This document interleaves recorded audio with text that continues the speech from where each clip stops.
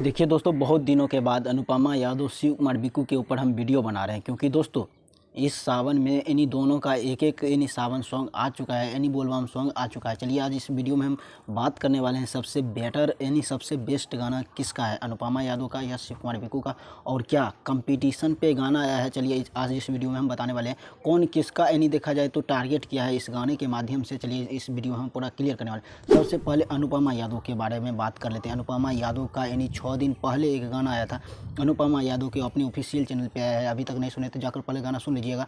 उस गाना का नाम है दुल्हो दे दो एगो सुनर, जो कि ये गाना है जो कि आप लोग पोस्टर देख सकते हैं। यही गाना है अनुपमा यादव के आया और 6 दिन में मात्र देखा जाए तो 30 के व्यू गया, यानी 30,000 6 दिन में 30,000 व्यू गया। अब बात कर लेते हैं यानी देखा जाए तो अनुपमा यादव अपने पर्सनल लाइफ पे गाना गाया है, यानी किसी का टारगेट इसमें देखा जाए तो नहीं किया है जी। यानी देखा जाए तो शिव कुमार बिक्कू को टारगेट इसमें बिल्कुल ही नहीं किया है। यानी सावन सॉन्ग है और अच्छे तरीके से अपनी लाइफ के ऊपर यानी अनुपमा यादव ने गाया है।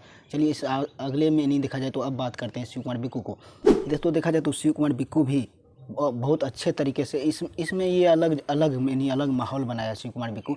यानी नाम किसी का नहीं लिया है, जो कि इसका गाना का नाम है चीलम के कसम भसम हो जाए वो, जो कि यही गाना है जो कि देख सकते हैं। और दोस्तों ये गाना देखा जाए तो शिव कुमार बिक्कू का भी अपने ऑफिशियल चैनल पे आया है। अभी तक आप लोग नहीं सुने थे, सबसे पहले गाना जाकर सुन लीजिएगा।